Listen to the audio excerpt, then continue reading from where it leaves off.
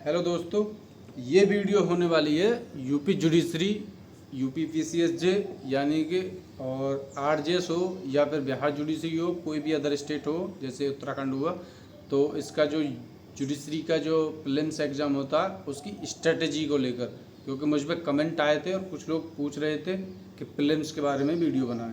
तो प्रीलिम्स के संबंध में, क्योंकि अब आरजेएस का प्रीलिम्स है ना 23 जून को, तो उसके संबंध में ये वीडियो बनाने वाला हूँ। तो इसके लिए आपको क्या फॉलो करना चाहिए, तो जो मेरा जो प्रीलिम्स का अनुभव रहा है, पहले यूपी एपीओ मेरा प्रीलिम्स हुआ, उसमें मेंस दिया, फिर यूपी जुडिशरी हुआ, उसके बाद फिर यूपी जुडिशरी भी दिया, उसका भी मेंस दिया, फिर बिहार जुडिशरी दिया, उसमें भी मेंस दिया, उसका भी रिजल्ट आना बाकी है। तो इतना जो अनुभव रहा है अब तक का, उसे मैं शेयर करने वाला हूँ। तो मैंने क्या क्या फॉलो किया और कैसे पढ़ा, उसके लिए स्ट्रेटेजी आपको कैसे बनानी है प्रीलिम्स के लिए। और मेंस तो आप तभी दोगे तब आप पहले प्रीलिम्स क्रैक करोगे, क्योंकि सबसे बड़ी बाधा तो पहले प्रीलिम्स ही है। तो प्रीलिम्स के लिए आपको पहले तो प्रीवियस ईयर क्वेश्चन भी देखने ज़रूरी है, और हिंदी माध्यम के लिए घटना चक्र बहुत इम्पोर्टेंट है, क्योंकि मैंने कोई कोचिंग नहीं की कहीं भी, और मैंने घटना चक्र को फॉलो किया था। घटना चक्र मैंने पूरा मैंने घटना चक्र ही पढ़ा और कुछ नहीं किया, और इसके साथ बेयर एक्ट, बस दो चीज़ थे मेरे, बेयर एक्ट और घटना चक्र। तो उसमें आपको क्या करना है, घटना चक्र पढ़नी है, क्योंकि बेयर एक्ट आप पढ़ोगे नहीं, क्योंकि बेयर एक्ट पढ़ने में मज़ा नहीं आता किसी को, क्योंकि बेयर एक्ट की लैंग्वेज, इसका रीज़न है इसकी लैंग्वेज थोड़ी टेक्निकल है। और ये जब आएगी, जब आपको जितनी बार आप समझ लोगे, बार बार पढ़ोगे तो समझ आने लगेगी। फिर जितनी बार पढ़ोगे नई चीज़ें मिलेंगी आपको बेयर एक्ट में, उसी चीज़ को पढ़ोगे तब भी आपको लगेगा कि नया मिल रहा है कुछ। तो बेयर एक्ट में ऐसी चीज़ें होती हैं। तो आपको अगर बेयर एक्ट नहीं पढ़ा जा रहा तो घटना चक्र पढ़ो पहले। अब घटना चक्र में आप पढ़ लोगे तो वहाँ आपका कॉन्सेप्ट बन जाएगा, समझ बन जाएगी कि ऐसे क्वेश्चन आते हैं और क्वेश्चन कैसे पूछे जाते हैं, प्रीलिम्स कैसे क्वेश्चन होते हैं। तो आपका जो स्ट्रेटेजी है ना खुद बनने स्टार्ट हो जाएगी फिर, कि ऐसे ऐसे बननी चाहिए। तो मैंने सबसे पहले घटना चक्र पढ़ा, उसके बाद फिर मैंने बेयर एक्ट पढ़ा। बेयर एक्ट के फिर मैंने कुछ छोटे छोटे नोट्स बना लिए थे उसी से, घटना चक्र से और बेयर एक्ट से, फिर उनको रिवीजन करता हूँ, बस उसी से प्रीलिम्स हो जाता है।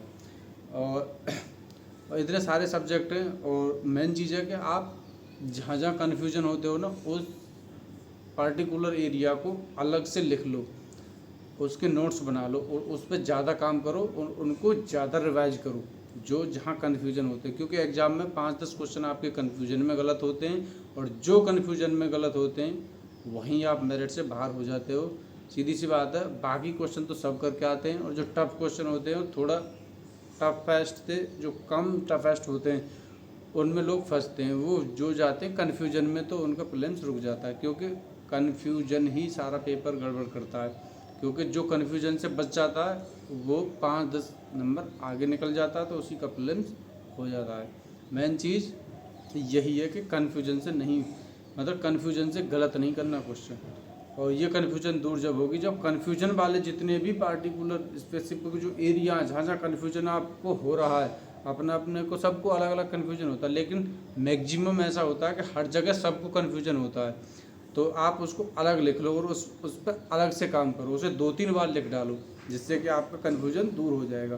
फिर आप किसी भी एग्ज़ाम में जाओगे, प्रीलिम्स हो या स्टेट यूपी पीसीएसजे हो या उसका हो, बिहार का हो, कहीं का भी हो, प्रीलिम्स तो निकल ही जाएगा आराम से। फिर मेंस के लिए आपको आंसर राइटिंग करनी होती है दबा के, हैं, तो वो आंसर राइटिंग से ही होगा। तो इसके लिए मैंने तो यही पढ़ा था। सबसे पहले तो मैंने घटना चक्र फॉलो की, और मैं अब भी फॉलो करता हूँ घटना चक्र, और इसके बाद अपने खुद के नोट्स, और फिर बेयर एक्ट, ये 2 चीज़। और सबसे बड़ी बात रिवीजन, सबसे ज़्यादा रिवीजन करो, और नई चीज़ें मत पढ़ो एग्ज़ाम के टाइम।